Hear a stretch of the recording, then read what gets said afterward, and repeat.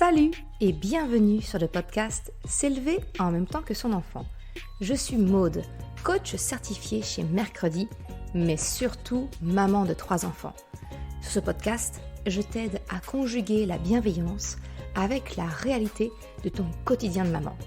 Utiliser ton choix d'une parentalité bienveillante comme un accélérateur de ton propre développement personnel. T'aider à changer de regard sur les situations que tu vis avec ton enfant pour t'en servir, pour grandir et apprendre sur toi. Hey, salut! Je suis contente de te retrouver aujourd'hui pour un nouvel épisode interview. Aujourd'hui, j'ai la chance d'interviewer Myriam Félix. Myriam, elle est consultante en santé sexuelle infantile dès 0-12 ans. J'ai découvert son compte assez récemment sur Instagram. Son compte, c'est wowmimi.sexualité.infantile. Encore une fois, je te rassure, tous les liens sont en description de l'épisode audio. Et donc Mimi, j'ai découvert son compte parce que chez elle, j'y ai retrouvé mes valeurs de respect, de consentement, qui sont des valeurs que je partage, qui sont à la base même de ma parentalité. Et quand j'ai commencé un petit peu à me renseigner sur comment accompagner mes enfants dans la découverte de leur corps, comment m'assurer qu'ils sachent mettre les jalons nécessaires pour le respect de leur corps et de leur consentement, je suis tombée sur le compte de Myriam et sincèrement, c'est une véritable pépite pour tous les parents. Parce que comme je te l'ai expliqué, moi je souhaite vraiment que mes enfants comprennent, intègrent cette notion de consentement dans le but, bien évidemment, qu'ils soient des personnes respectueuses aujourd'hui et également demain dans leur vie d'adulte, mais aussi, il faut bien le dire, c'est également pour leur permettre de pouvoir se protéger de potentiels prédateurs. Parce qu'on sait que, malheureusement, les statistiques sont là. Un enfant sur 5 peut être la victime d'inceste, peut être victime d'un pédocriminel. Alors moi, je ne veux pas que leur ignorance, finalement, soit une arme qui pourrait être utilisée par une autre personne mal intentionnée à l'encontre. J'ai donc débuté dans la santé sexuelle infantile par la porte de la protection, en utilisant les mots sans les déguiser. Et puis, mes enfants ont grandi et d'autres questions sont arrivées, comment on fait les bébés, ce genre de choses. Bref, c'est pour toutes ces raisons que je me suis renseignée sur le sujet, que j'ai découvert le compte de Myriam et que j'ai souhaité l'interviewer aujourd'hui sur le podcast pour te donner un gros raccourci dans mes années d'errance sur Internet.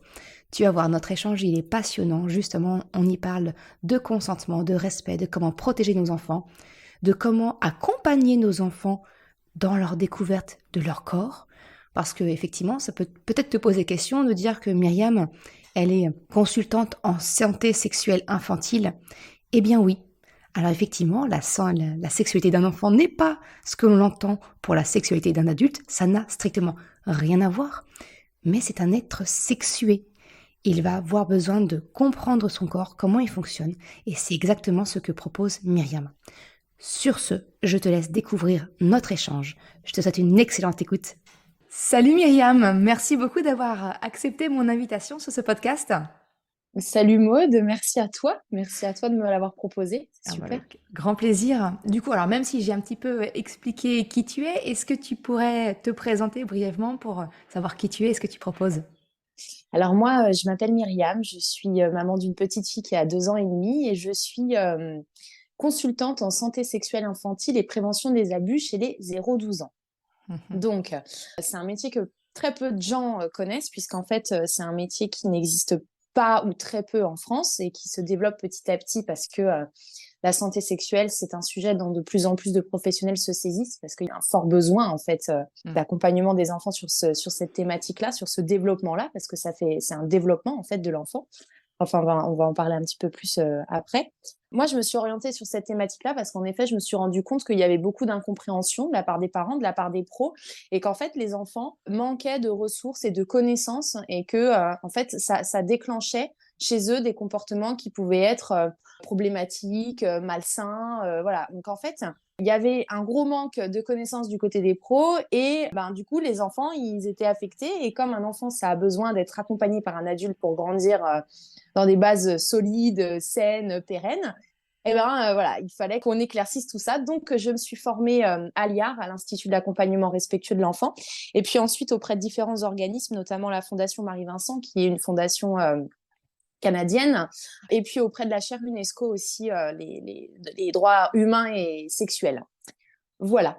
Super. Eh ben, écoute, voilà, je te rejoins complètement parce que c'est ce que j'ai un petit peu expliqué en intro. Pour moi, effectivement, c'est hyper important d'accompagner nos enfants dans toutes les découvertes qu'ils peuvent faire et dans un cadre safe. Aujourd'hui, combien Complètement. d'adultes ont une sexualité, comment dire, qui traînent des casseroles ou autres, ou même des problèmes malheureusement plus graves, juste Mm. parce que on n'a pas été éduqués à ça, on ne nous a pas donné les bases, on a découvert un peu comme on pouvait, comme on trouvait, et on trouve pas toujours des choses Non, sympas et correctes.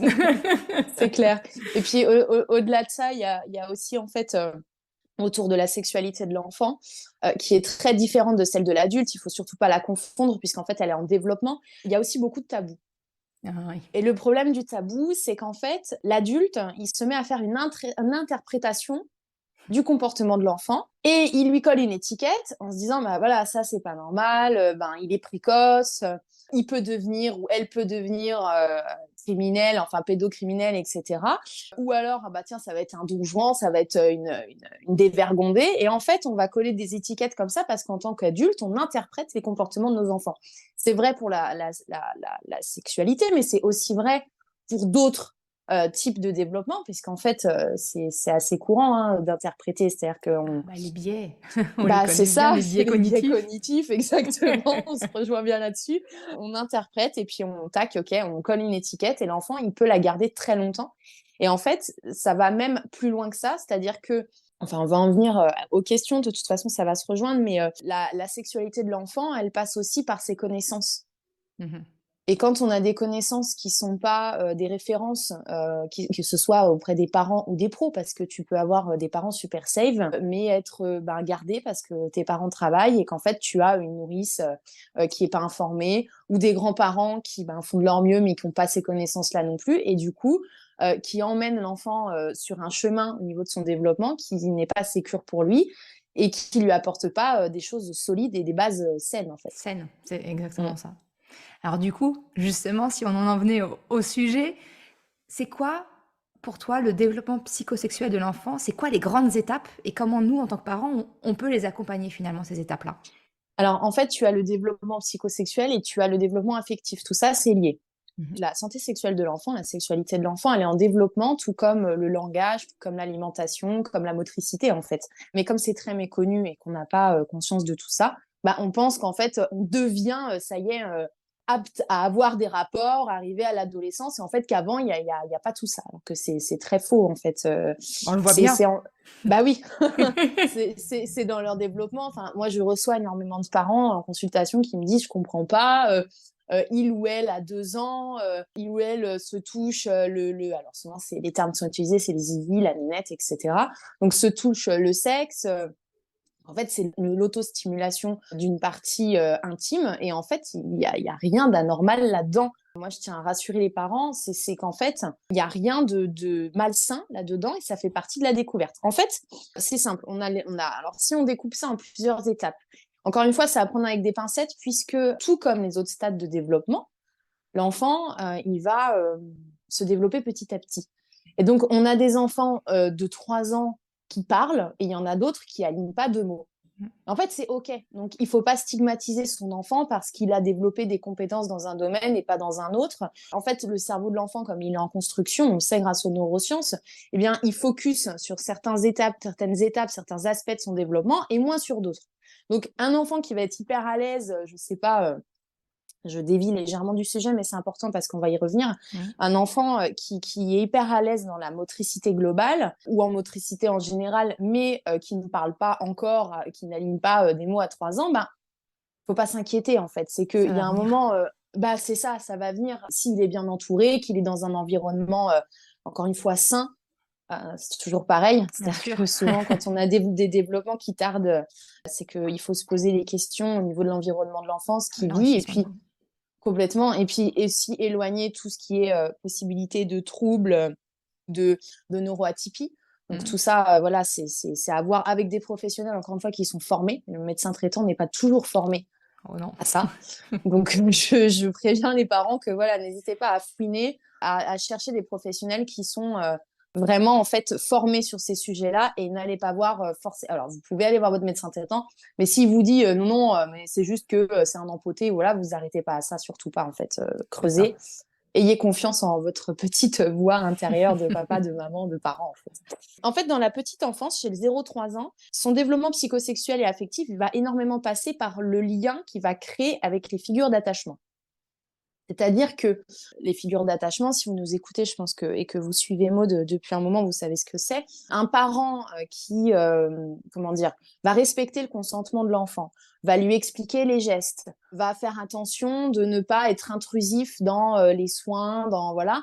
Et en fait, va, par exemple, au moment de changer la couche, dire, bah tu vois, là, je suis en train de changer ta couche, je vais nettoyer ta vulve, ton pénis. Alors, encore une fois, moi, il ne faut pas être heurté. J'utilise les termes, les bons termes, en fait, pour parler des parties intimes, parce que c'est comme ça qu'il faut qu'on les Que appelle, ça c'est s'appelle. important.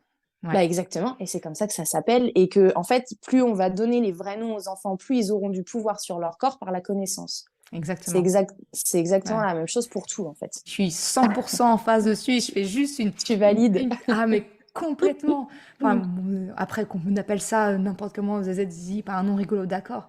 Mais pour moi, de nommer le nom précisément, c'est aussi permettre à notre enfant de pas finalement être une victime potentielle par Complètement. méconnaissance. Tout à fait. C'est plutôt, c'est pas armer l'enfant, mais c'est en tout cas lui donner les moyens de Oui, savoir verbaliser et de pas se retrouver en position de faiblesse par rapport à un adulte complètement.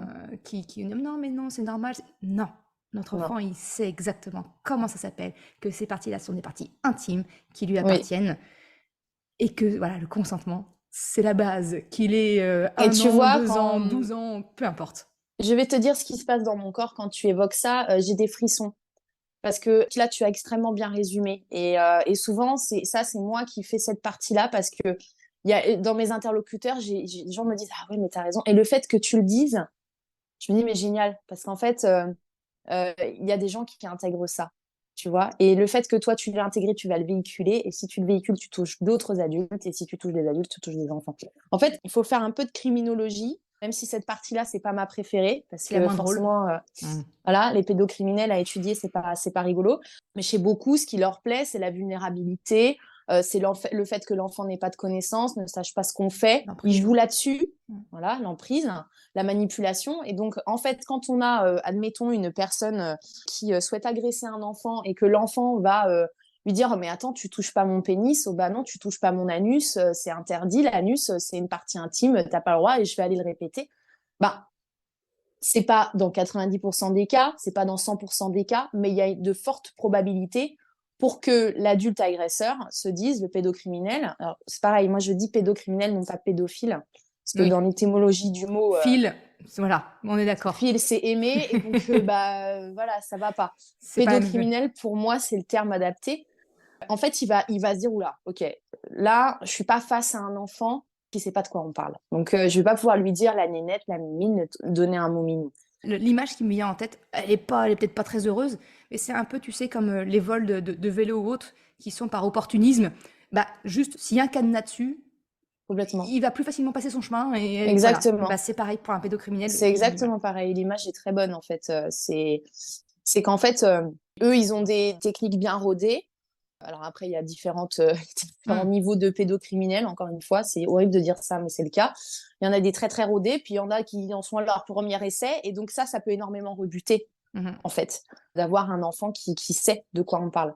Donc c'est important. Maintenant, je veux pas culpabiliser non plus le parent. Alors c'est vrai qu'on est dans une belle période de déculpabilisation du parent. Moi, je pense que la culpabilité, ça permet aussi de pouvoir se remettre en question. Et c'est important quand elle est bien utilisée et bien travaillée.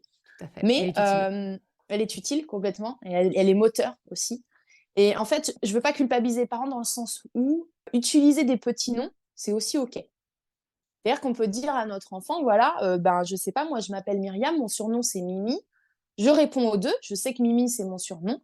Maintenant, quelqu'un que je connais pas, quelqu'un que je connais aussi, mais en qui j'ai pas forcément confiance, bah, je vais pas utiliser mon surnom. Ouais. Voilà. Et en fait, dire à l'enfant, voilà, il y a le vrai nom, tu peux utiliser un surnom si tu veux, mais c'est un surnom, c'est pas le vrai nom. C'est ça, Voilà. ok. C'est de vraiment d'introduire, même si aujourd'hui, peut-être que le parent qui nous écoute se dit, mince, moi effectivement j'appelle ça la nanette, la zézette ou le zizi ou peu importe, Complètement. mais il est jamais trop tard pour Non, complètement. introduire Mais oui, et les deux peuvent coexister de la tout même à fait. manière que le surnom et Tout le à prénom. fait. Et d'ailleurs, c'est plus facile pour le parent parce que quand on utilise les vrais termes au départ, ça peut paraître un peu déroutant. Et quand ça fait longtemps qu'on fait ça, on peut avoir l'impression d'avoir un rapport incestuel avec son enfant, Ouais, d'avoir en fait des propos limites. la Parce connotation, que ouais. parce qu'on attache beaucoup le côté pénis au sexe de l'homme et la vulve au sexe de la femme. Et du coup, on a l'impression de se dire, oh là là, mais moi, il n'est pas un peu jeune ou elle n'est pas un peu jeune pour lui parler de ça. Mais non, c'est tout simplement les vrais mots, en fait, pour les Anatomique. utiliser. Anatomique, exactement. C'est anatomiquement correct. Et pour donner un petit conseil aux parents qui écouteront ce podcast, si au départ c'est dur à utiliser juste le mot, vous pouvez chanter. En fait, introduire ça au moment d'une chanson, quand vous chantez pendant le bain ou pendant le change, en fait, à un nourrisson, vous introduisez ça en chantant avec une petite chantonnette et puis le mot vient et c'est plus facile. En fait, toutes les émotions sont plus faciles à dire en chantant, mais pour ça qu'il y a beaucoup d'artistes qui l'utilisent. Donc, n'hésitez pas en fait à le dire en chantant ou en inventant une petite chanson, comme ça permet Ah, c'est une de mieux en parler. bonne Ouais. astuce. Mais c'est important d'en parler, je pense, Ouais. l'utilisation des bons mots. De toute façon, il y a beaucoup à dire sur la santé sexuelle, ça c'est certain. Mais revenons-en à nos moutons. Donc en fait, voilà, chez 0-3 ans, c'est beaucoup le lien qu'il va créer avec les figures d'attachement et les parents. Aussi la fratrie, bien entendu. Mhm. Voilà, c'est tout ce qui est affectif, relationnel, etc. C'est pour ça que c'est important quand on a une fratrie de bien poser les bases sur ce qui est OK de faire, pas OK de faire, le consentement de l'autre. Il ou elle n'est pas d'accord pour prêter son jouet, c'est OK. Enfin, voilà. En fait, de respecter la volonté et l'avis de l'enfant et de valoriser le non, en fait. Et ça, c'est quelque chose qu'on fait pas assez parce que ça nous heurte, nous, en tant qu'adultes, quand un enfant nous dit non. Et pourtant, valoriser le non, c'est quelque chose d'essentiel, que ce soit dans la prévention des abus ou dans la construction de l'être, en fait. C'est ça.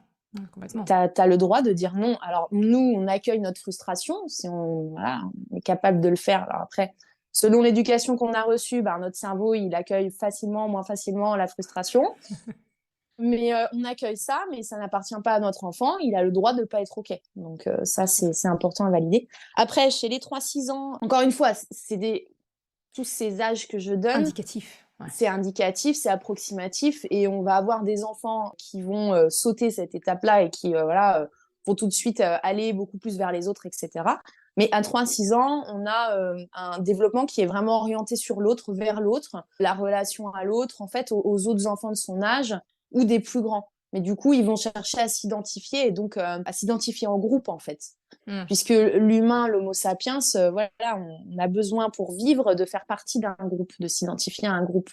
Et donc cette entité-là qui est très profonde à notre ADN, elle arrive très tôt, en fait. Et donc ils vont faire des expériences entre eux où ils vont pas forcément voir le mal, hein, eux. C'est-à-dire qu'ils vont pas. Eux, non, voilà. Mais nous, nos Voilà. interprétations, effectivement, Mais voilà, on va voir ça avec notre exactement. regard d'adulte, c'est ce qu'on disait tout à l'heure. Mais C'est eux, ça. c'est juste de l'expérimentation, de la découverte. Voilà. Complètement, ouais. Parce que en fait, je vais y venir après, mais de cette partie découverte, expérimentation, etc. Mais voilà, chez les 3-6 ans, c'est vraiment ça, c'est orienté vers l'autre. Après, vers les 6-8 ans, on est sur une phase un petit peu où ils vont approfondir tout ça, où ils vont essayer de comprendre leur corps, comment. Alors, on peut avoir déjà des enfants qui vont poser des questions sur comment on fait les bébés, etc. C'est intense. À 6-8 ans, tu commences à avoir pas mal de questions, en fait. C'est-à-dire qu'ils demandent, mais ça vient d'où, c'est quoi, c'est comment, pourquoi. Ils vont poser en fait beaucoup de questions. Alors, on n'est même pas au stade, tiens, pourquoi mon pénis il devient tout dur? C'est même pas ça, c'est qu'à 3 ans, c'est déjà le cas, ils posent des questions comme ça. Non, à Oui. 6-8 ans, ça peut être un peu des fois déroutant pour le parent parce que l'enfant, il va vraiment poser des questions précises. Précise. Mais comment Ouais. la graine, elle arrive dans le ventre de la maman? C'est ça. Voilà. Mais c'est ça, en fait. C'est comprendre la mécanique, comprendre Complètement. Et j'ai envie de dire que c'est une étape ultra importante parce qu'en fait, il va falloir leur répondre de manière assez précise, tout en prenant en compte leur stade de développement de connaissances. Donc, si c'est votre enfant, vous savez à peu près, si vous communiquez régulièrement avec lui, avec elle, sur quel stade il est, donc quelles connaissances il ou elle a déjà. Mais si vous êtes professionnel et que, admettons, vous êtes une maîtresse ou un institutrice, vous savez pas forcément l'enfant en face de vous, à quel niveau, quel degré il a de la connaissance. Donc là, il faut lui poser des questions et n'hésitez pas à retourner la question à l'enfant. Quand l'enfant vous dit, par exemple, je sais pas, je vais prendre un exemple, il a entendu parler d'un 69, voilà. Donc il va dire, ah, mais c'est quoi 69? J'ai entendu ça l'autre soir parce que, je sais pas, vous avez eu des amis et en fait, vous avez un pote qui a pas d'enfant et qui sort ça à table et bah votre gamin, il est là. Bon, bah, c'est fait, c'est fait, hein. Et il a imprimé et c'est des situations tout à fait banales, en fait. C'est qu'à un moment, ça arrive à tout le monde. C'est pas, enfin, comme des gros mots qui peuvent fuser, des trucs, ça fait partie de la vie de tous les jours. Donc l'enfant entend et donc il va bien vous poser des questions. Et il va dire, en fait, l'idée, c'est de dire, qu'est-ce que ça t'évoque, toi? L'enfant, il va dire, je sais pas, admettons, si on reste dans cette situation, on va appeler l'ami, je sais pas, Boris. Boris, il disait que c'était ça. Et voilà. Et donc, en fait, on recueille la vie de l'enfant, ce qu'il a entendu, on essaye de comprendre ce qu'il a entendu, on essaye de comprendre comment il a interprété le truc. Et ensuite, on va lui apporter une réponse en lui disant, voilà, un 69, c'est un câlin qui est particulier entre deux adultes quand ils s'aiment et qui sont nus et que les deux sont d'accord. Voilà, c'est un câlin qui est agréable et voilà, mais c'est réservé aux adultes, en fait. En expliquant que les enfants n'ont pas à le faire et qu'un adulte sur un enfant n'a pas à le faire non plus, en fait. Et donc de là, on a déjà entamé une discussion et l'enfant, s'il a d'autres questions, il va en poser. Il ne faut pas hésiter à lui dire, est-ce que tu as d'autres questions? Est-ce que tu veux savoir autre chose? Et là, il peut dévier, il peut dire, ouais, mais les câlins, mais pourquoi, du coup, etc. Et en fait, expliquer que ça fait partie des plaisirs, en fait, de la vie, dans la vie d'un adulte ou d'un adolescent. Et lui dire que pour le moment, son corps, sa tête, son cœur ne sont pas encore prêts à recevoir tout ça, en fait. Et que, en fait, c'est important de leur expliquer ça parce que ils peuvent très vite dire, pour les parents d'enfants pré-ados qui se posent des questions, ils vont dire, mais pourquoi moi j'ai pas le droit d'avoir une amoureuse, d'avoir un amoureux, je comprends pas, voilà, moi ma copine, ma cousine, elle a le droit, etc. En fait, c'est déjà extrêmement dur pour nous adultes de vivre une relation amoureuse. Enfin, c'est une relation amoureuse, je veux dire, c'est de la communication, c'est des efforts, c'est poser des limites, c'est un tout. Donc, en fait, un enfant de 12 ans, de 10 ans, de 9 ans n'est pas en capacité d'assumer ça. C'est-à-dire que il va vouloir le faire par mimétisme des adultes, des copines, ou parce que la cousine qui est venue en vacances, elle a un petit copain et qu'en fait, elle a 2 ans de plus et donc c'est le truc, waouh, machin. Mais ils sont pas du tout en capacité de recevoir ça émotionnellement. Et c'est d'ailleurs pour ça qu'il y a encore beaucoup de suicides, en fait, de jeunes, de très jeunes, ou des tentatives de suicide de jeunes enfants parce que c'est beaucoup trop compliqué à gérer, quoi. C'est trop lourd à porter. Et en plus, souvent, la blessure est minimisée par l'adulte. C'est-à-dire que elle va pas nous faire le coup. Attends, t'as 11 ans, t'as pas un chagrin d'amour, quoi. Voilà. Donc en fait, l'enfant est incompris, il est seul et il vit ça tout seul. Et en plus, l'adulte minimise le truc en disant, attends, arrête, c'est bon, t'as 11 ans, tu pleureras à 19 ans, quoi. Donc, en fait, ouais, c'est ça. C'est nier, c'est exactement ça, c'est ce que tu dis, c'est nier complètement les émotions de l'enfant, de ce qu'il peut ressentir, de l'intensité que l'on vit, ça, quand on était enfant. Enfin, on l'a vécu aussi, mais on l'oublie. On oublie, ouais. Ah oui, non, mais et c'est terrible parce que, en fait, c'est que l'enfant se livre à des émotions et des ressentis, des sentiments dont il n'est pas prêt à gérer, en fait. Et c'est trop fort. Donc, et en plus, à tout ça, s'ajoute le rejet, l'abandon de la personne qu'on apprécie. Voilà. Donc, en fait, chez le jeune enfant, il faut bien se distinguer l'amour amitié, l'amour de la famille et l'amour amoureux. En fait, c'est très important de leur dire, voilà, tu as l'amour de ta famille pour ta maman, pour ton papa, pour tes frères et sœurs et pour tes grands-parents, et tu as l'amour amical. Et en fait, en aucun cas, cet amour-là n'a le droit d'empiéter sur ta santé mentale, en fait, sur ton bien-être. C'est hyper important. Et tout ça, ça fait partie de l'éducation à la sexualité. Donc, l'enfant, il va nous poser des questions et donc, il faut être prêt à pouvoir y répondre. Si on peut pas y répondre, parce que c'est OK, voilà, je sais pas, notre fille de 8 ans nous pose une question, on n'a pas la réponse, il est 19h, on est en train de faire une soupe, on a les autres à gérer, on n'est pas dedans, voilà, on lui dit, voilà, OK, j'ai bien entendu ta question, écoute, j'ai pas la réponse, c'est OK de dire à son enfant, j'ai pas la réponse, je vais la chercher et je viens te la donner ce soir, demain, après-demain, ce week-end, enfin voilà. Et donc, l'important, c'est de apporter cette réponse-là à l'enfant et du coup, d'avoir cherché une réponse qui soit safe et qui soit sécuritaire, en fait, à apporter à l'enfant. Et aussi, ça nous permet de redescendre, nous, en tant que parents. Exactement. Et ce que je trouve hyper important dans ce que tu dis, et qui pour moi est vraiment dans l'accompagnement de notre enfant le plus respectueux, c'est effectivement c'est de rester à l'écoute, de lui dire, mais Mm, ok, dans le cas où on ne sait pas, je ne sais pas, je vais me renseigner, de mm, ne pas juste dire, non mais ça te concerne pas, ou ça, mm. c'est le fameux beauté en touche, mais il n'y a rien de Ouais, pire finalement pour un enfant. Et encore complètement. plus pour l'accompagner sur ce sujet qui en grandissant, qui va devenir un peu touchy, voilà, lui permettre dès maintenant de construire les bases. C'est ce que tu disais. Un enfant, ça va pas du jour au lendemain être Mm, asexuel et puis tout d'un coup, pouf, basculer et être mm. un être sexuel. Non, ça se Complètement. construit au fur et à mesure Mm. et de rester en position d'écoute, de questionner la compréhension qu'il en a. Et ouais, je trouve ça génial ce que tu dis et je veux vraiment Ouais, appuyer dessus, dire que quand on sait ouais, pas, quand on sait pas en tant que complètement. parent, de dire On mais a le droit. je ne Mm. sais pas, je me Ouais, renseigne, je reviens vers toi. Rien que ça, comme tu dis, nos enfants, ils sont ok, d'accord. Et ça leur suffit. ouais, Et complètement. ils sauront très bien revenir à la charge Oui, s'ils ont besoin de la oui. question. Mais c'est déjà énorme, je trouve, comme changement de posture, en tout cas, avec son enfant, quoi. Mais complètement. Et de la même manière où il faut pas, par exemple, dans le cas d'utiliser les bons mots, j'y reviens, mais c'est OK de dire à son enfant, écoute, je savais pas que je pouvais utiliser ces mots-là avec toi. Et Mm. j'ai appris un truc, et en fait, de dire, parce que l'enfant, dit, mais pourquoi tu m'as toujours raconté que machin? Voilà. C'est un peu comme les croyances au Père Noël. Enfin, on fait croire au Père Noël. Alors après, chacun a ses croyances et c'est OK. Moi, je respecte tout ça. Mais du coup, on ment pendant des années à l'enfant et du jour au lendemain, on dit non, mais en fait, ta copine avait raison, le Père Noël, ça n'existe pas. On a le droit de dire aussi à l'enfant, bah, si j'avais su, je ne t'aurais pas fait croire au Père Noël, puisqu'en effet, en quelque part, c'est un mensonge et moi, je suis pas OK avec ça. En fait, on a le droit d'expliquer à notre enfant qu'on a fait quelque chose à un moment parce qu'on pensait que c'était le mieux, en fait, Mhm.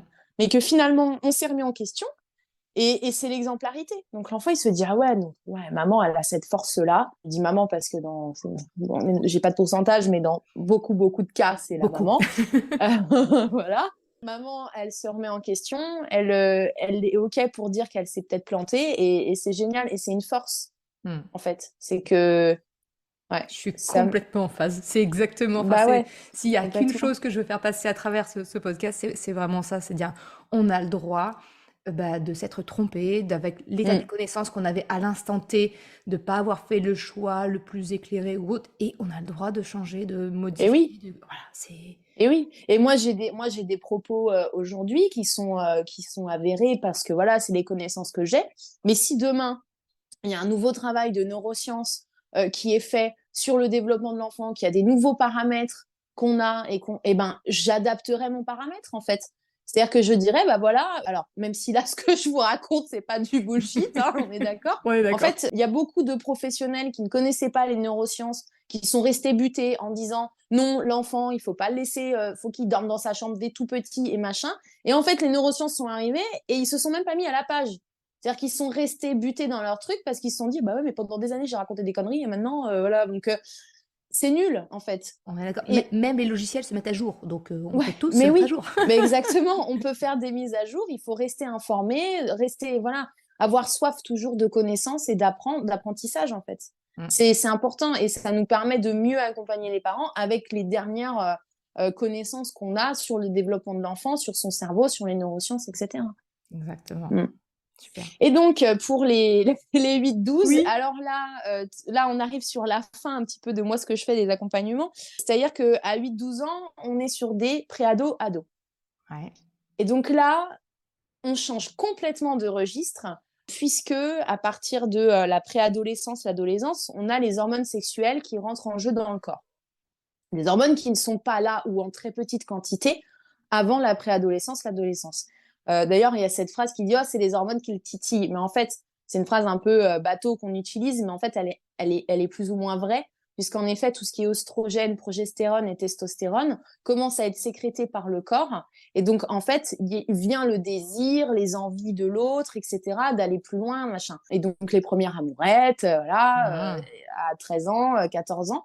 Donc, encore une fois, la préadolescence, c'est subjectif, puisqu'on a des enfants à 10 ans qui vont être déjà dans la préado. Et puis, en fait, on va avoir d'autres enfants à 13 ans, bah, ça y est, ça arrive tranquille, quoi. Donc, encore une fois, il faut toujours accompagner son enfant et bien voir à quel stade il est, en fait, en discutant, en communiquant, en l'observant, en étant là, en fait, tout simplement. C'est ça. Et au maximum, parce qu'on sait qu'aujourd'hui, la vie fait qu'on ne peut pas être toujours à 100%. Ils ont leur Mais vie, c'est ça. bah, ils ont leur vie, Leur petit ouais, jardin et à eux, et voilà. complètement. Et donc, en fait, là, ben, s'ouvre un tout autre monde puisque ben, ils commencent à avoir du désir, etc. Et c'est là qu'en fait, tout le travail de consentement, de respect de soi, de respect du corps, de connaissance qu'on va apporter avant est hyper important puisque dans sa relation à l'autre, ça fera un jeune adulte, en fait, à 16-17 ans, qui aura déjà conscience, en fait, qu'il faut respecter son Son n'importe quoi. partenaire.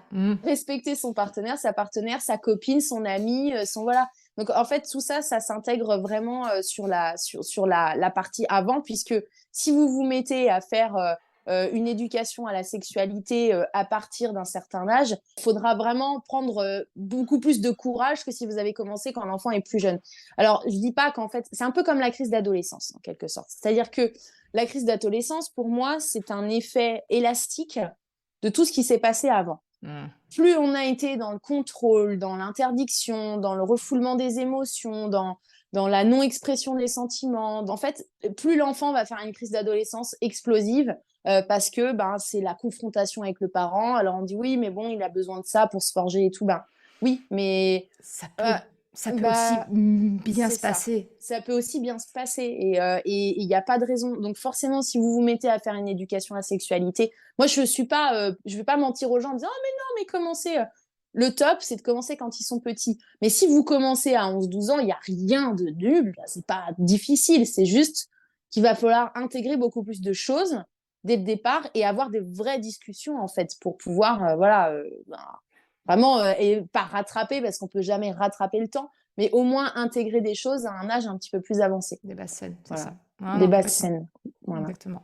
Bah, pour moi, pour revenir sur la fameuse crise d'adolescence, entre guillemets, pour moi, c'est vraiment la même chose qu'on parle pour les 2 ans, les 4 ans. Ce sont des phases d'affirmation. Et plus l'enfant va avoir besoin de s'affirmer pour reprendre du contrôle, plus ça sera fort. Et donc, plus ça va faire une crise, entre guillemets. Exactement. Vraiment... Et une fracture dans le lien. Exactement. Cool. Parce que, ouais, non, mais complètement. Mais c'est bien, on a vraiment les mêmes types de... On est en phase. J'ai envie de te dire, on est en phase. On circule voie 12 toutes les deux. C'est ça. Donc voilà, alors je voulais apporter un point sur la sexualité de l'enfant. Alors, elle est cognitive, c'est-à-dire qu'elle tourne autour de tout ce qui est connexion, connaissance, etc.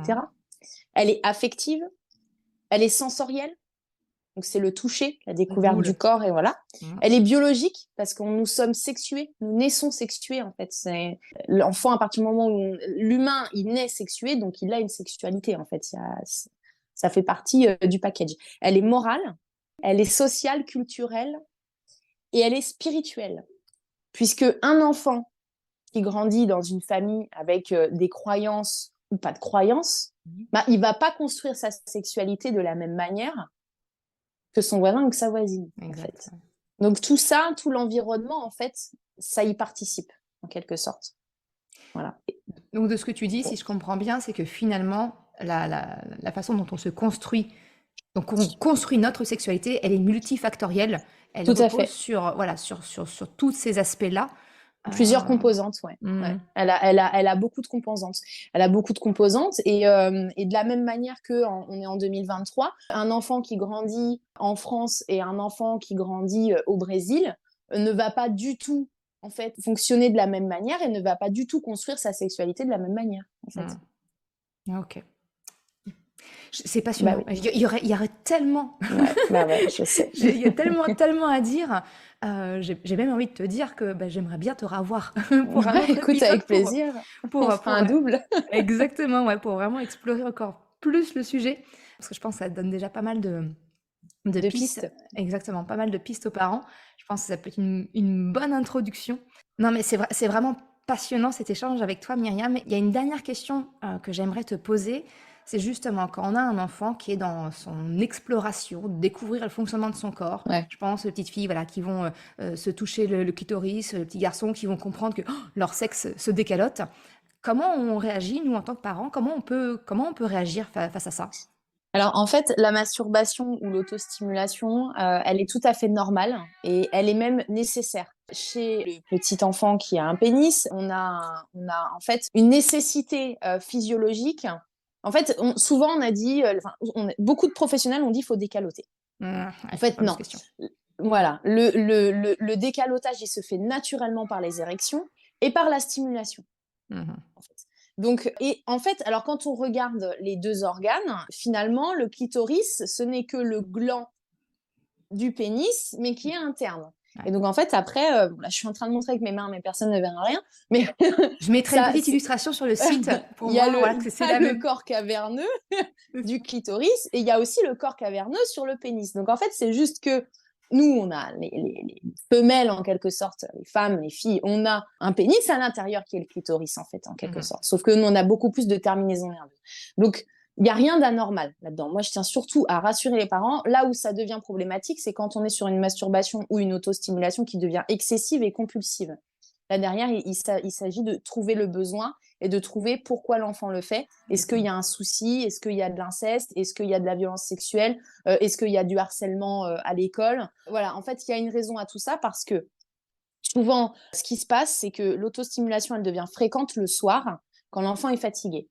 Mais c'est exactement la même chose pour nous. Quand on se masturbe, qu'on est fatigué, on s'endort plus vite. Après un rapport sexuel, on s'endort plus vite. En fait, la stimulation de ces zones-là, elles vont sécréter des hormones. Des hormones qui sont liées au bien-être, à la détente, à la sérénité, à la tranquillité. Au-delà des hormones, il y a aussi toute la partie découverte. Oh, bah, quand je me touche là, ça fait du bien. Bah, voilà. Oh, c'est rigolo, ça fait guili-guili, ça me fait du bien, etc. Il a besoin de ça, l'enfant, pour comprendre que son corps fonctionne bien, que tout va bien, que voilà, ça fait du bien, des bons ressentis et c'est agréable. Donc en fait, ça s'accompagne. Il faut pas avoir un rejet en disant ah mais c'est dégoûtant. En fait, il faut parler dès tout petit de l'intimité en lui disant tu vois ça c'est ton intimité, tu peux aller le faire dans ta chambre ou alors si l'enfant est tout Mhm. petit, sortez de la pièce. C'est-à-dire que c'est pas vous prenez l'enfant, vous le posez dans sa pièce en disant quand tu te touches le pénis, je te mets dans ta chambre C'est parce pas de qu'il faut pas l'isolement. c'est pas de l'isolement en fait. Mhm. C'est-à-dire que si vous avez affaire à un tout petit, un 2 ans, 3 ans, ben vous lui avez dit une fois en lui disant écoute c'est ton intimité, tu ne peux pas le faire devant tout le monde. S'il continue, vraiment vous l'engueulez pas. Vous sortez de la C'est pièce, vous moi qui allez dans une sors. autre pièce. Voilà, c'est moi qui sors, je vais voir, je vais faire un truc ailleurs, etc. Je ziote qu'ils se blessent pas, que voilà, parce qu'il y a des enfants qui utilisent des objets aussi, et donc ça peut être dangereux. Quand c'est des doudous, ça va, mais quand c'est des Playmobil ou des trucs, enfin voilà. C'est- Surtout l'été, quand ils sont souvent fesses à l'air au jardin et tout, ou dans la maison. Non, mais on est dans la vie réelle, hein, à un moment, faut être. C'est ça. On a tous vu le petit tout nu à la maison, là, laï. Donc en fait, voilà, tout ça, il faut expliquer. Dans ça, tu peux te blesser. L'enfant, il comprend très bien. Lui expliquer que voilà, c'est pas ok parce que ben il y a du monde dans la maison, il y a des frères et sœurs, etc. Mais il faut pas hésiter à sortir et s'il y a des plus grands, les sortir aussi en disant ben voilà, il a besoin d'un temps, on le laisse. Laisse-le. Voilà. Voilà, Donc, exactement. Si vous n'êtes pas dans rapidement, Maud, si vous n'êtes pas dans un environnement où c'est possible. mhm. C'est-à-dire que bah, des fois, on a du monde, et puis bah, on peut pas dire à tout le monde, et hop, tout le monde dans la cuisine, mon enfant s'autostimule. Quoi. Voilà. Donc dans ce cas, vous occupez les mains de l'enfant. En fait, vous switchez sur une autre activité, vous lui filez une balle sensorielle type Montessori, vous lui dites, viens, on va lire un livre, machin, vous faites une tétée si vous allaitez, vous switchez sur autre chose. Il faut pas utiliser ce switch sans arrêt pour tout, Pas parce que sinon systématique. après, voilà, Mhm. c'est pas systématique. Mais c'est un moyen quand on a un enfant qui le fait alors qu'on est à un mariage ou qu'il y a de la famille chez nous, qu'on est chez des gens ou que bah voilà, là à cette période-là, c'est pas ok. Et voilà, Ouais, c'est le voilà, bon moyen, effectivement, pour ouais, accompagner, voilà, dire, OK, effectivement, voilà, bah, comme tu le dis, finalement, c'est de poser des mots sur ce qu'il ressent. Bah, ça fait du exactement, bien, voilà, OK, mais ça, c'est un geste intime. Tu le fais voilà. quand tu es tout seul dans ta chambre. Et chez les tout petits, vous sortez parce que en fait, tout ce qui est notion d'intimité, ça n'arrive pas avant 6 ans. D'accord, OK. Donc en fait, avant 6 ans, vous allez avoir votre enfant qui va beaucoup se balader tout nu, qui va adorer être tout nu, Oui. voilà et voilà. Je, je, mon Donc dernier, il y a 4 ans et demi, effectivement, on est bien dans voilà, cette ils phase-là. adorent être tout nus, voilà. Et du coup, des fois, moi, je reçois des parents qui me disent: «Mais quand même, il a 4 ans, il a 5 ans, il est encore tout nu». Bah ouais, mais ils aiment bien en fait, ils ont pas du tout cette notion de: «Je dois me cacher, j'ai l'intimité». À un moment, de toute façon, ça arrive. Et ça arrive au moment du bain ou ça arrive, voilà, oh, mais regarde pas mon corps, laisse-moi tranquille, voilà. Et puis, encore une fois, chez les tout petits, ben, c'est répéter, répéter, répéter, répéter. C'est ça. C'est la répétition qui ancre. Voilà. Super. Bah écoute, merci beaucoup. Je t'en prie. Myriam, pour ton Avec partage. grand plaisir. Non, c'était Avec chouette. grand plaisir. Merci à toi de m'avoir reçu à ton antenne. C'est bien chouette. Avec grand C'était une plaisir. première expérience. J'avais jamais fait de podcast et vraiment, ça m'a plu. Donc, ouais. Ah bah écoute, voilà. Ah bah il te reste plus qu'à faire le tien pour les fonds, voilà. C'est ça. Oh, je sais pas si j'aurai le temps. C'est du travail, hein. On se rend pas compte que derrière un podcast, c'est pas moi y a qui du vais dire le boulot. contraire. Ouais, c'est énormément de travail. Merci Maud. Merci beaucoup Myriam.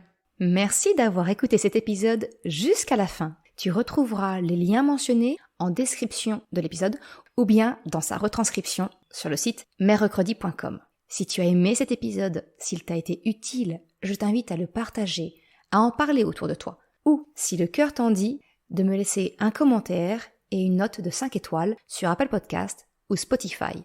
Cela me permet de faire connaître le podcast et m'encourage à progresser. Un grand merci à celles et ceux qui prennent le temps de le faire ou de m'envoyer un message privé si leur plateforme d'écoute ne le permet pas.